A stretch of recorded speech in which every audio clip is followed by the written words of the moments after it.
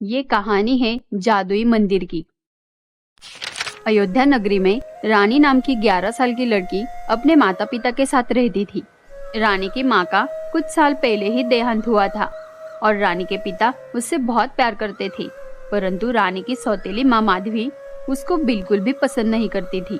पसंद न करने तक तो ठीक था, परंतु पिता के घर न होने पर वो रानी को बहुत परेशान करती थी। वो घर का सारा काम रानी से करवाती थी। रानी श्री राम जी को बहुत मानती थी। वो हर रोज उनके मंदिर जाकर पूजा पाठ करती थी और ये बात माधवी को बिल्कुल भी पसंद नहीं थी। एक दिन रानी पूजा के लिए मंदिर जाने के लिए घर से निकली। ए रानी, कहाँ जा रही हो? माँ, मैं मंदिर जा रही हूँ, जल्दी वापस आ जाऊंगी। पहले घर का काम पूरा कर, फिर जाना जहाँ जाना हो। माँ, मैं मंदिर से आने के बाद कर लूंगी सब। ज्यादा जबान मत चला, पहले काम कर, चल जा। जब भी रानी मंदिर जाने के लिए निकलती थी, माधवी उसे घर के काम में लगा देती थी ताकि वो मंदिर न जा पाए। रानी, आज घर में मेहमान आने वाले हैं, तो मेहमानों के लिए अच्छा सा खाना बना कर रखना और घर की भी जरा साफ सफाई कर लेना। माँ, मुझे मंदिर जाना है, कल भी आपने जाने नहीं दिया। आज मुझे जाने दो, मैं जल्दी वापस आ जाऊंगी। आने के बाद सारा काम कर लूंगी। रानी, तू आजकल बहुत जबान चलाने लगी है। काम तो जैसे सुनती ही नहीं है। जितना कहा है उतना ही कर। वैसे भी मंदिर जाके क्या होगा? पर माँ। चुप, जाके खाना बना, मेहमान आते ही होंगे। भगवान जी, मुझे माफ करना, आज मैं मंदिर नहीं आ पाई। रानी के आंख में आंसू आ गए।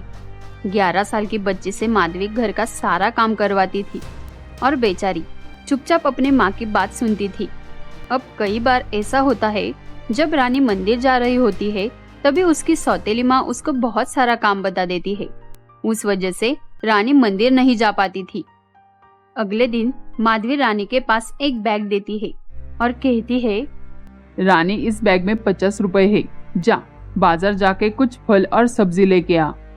लेकिन माँ, मैं मंदिर जा रही हूँ और वैसे भी घर में तो सब्जी और फल है, वो कल तक चल जाएंगे। ज्यादा जबान ना चला, पहले जो काम बोला है वो कर। रानी दुखी हो जाती है। रानी जब भी दुखी होती थी वो अपने भगवान को याद करती थी, फिर वो अपना सारा दर्द भुला देती थी।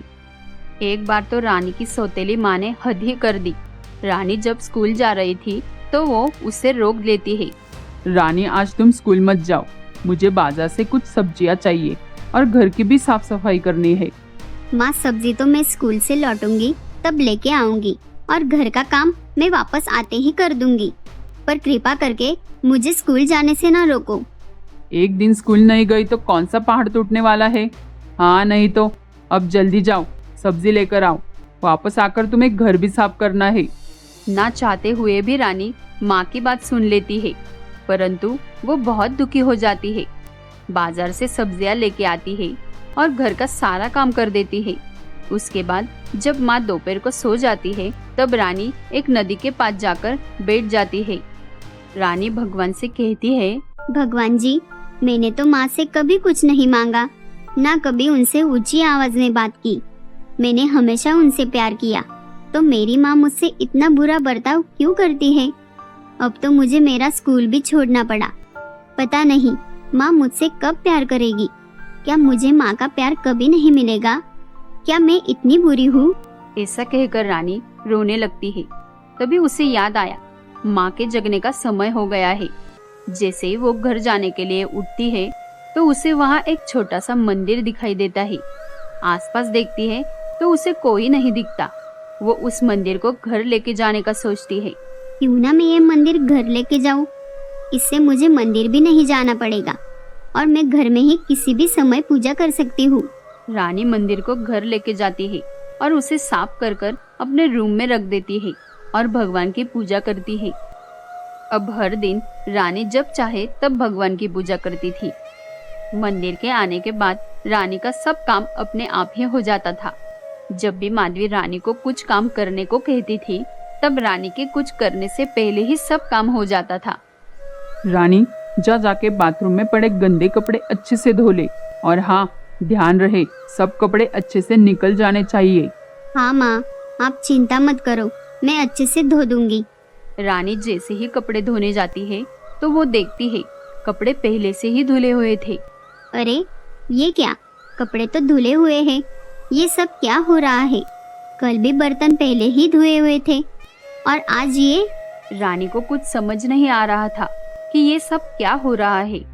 रानी के सौतेली माँ को शक होता है कि आजकल रानी मंदिर जाने के लिए जिद नहीं करती। आजकल ये रानी मंदिर जाने के लिए पूछती नहीं है।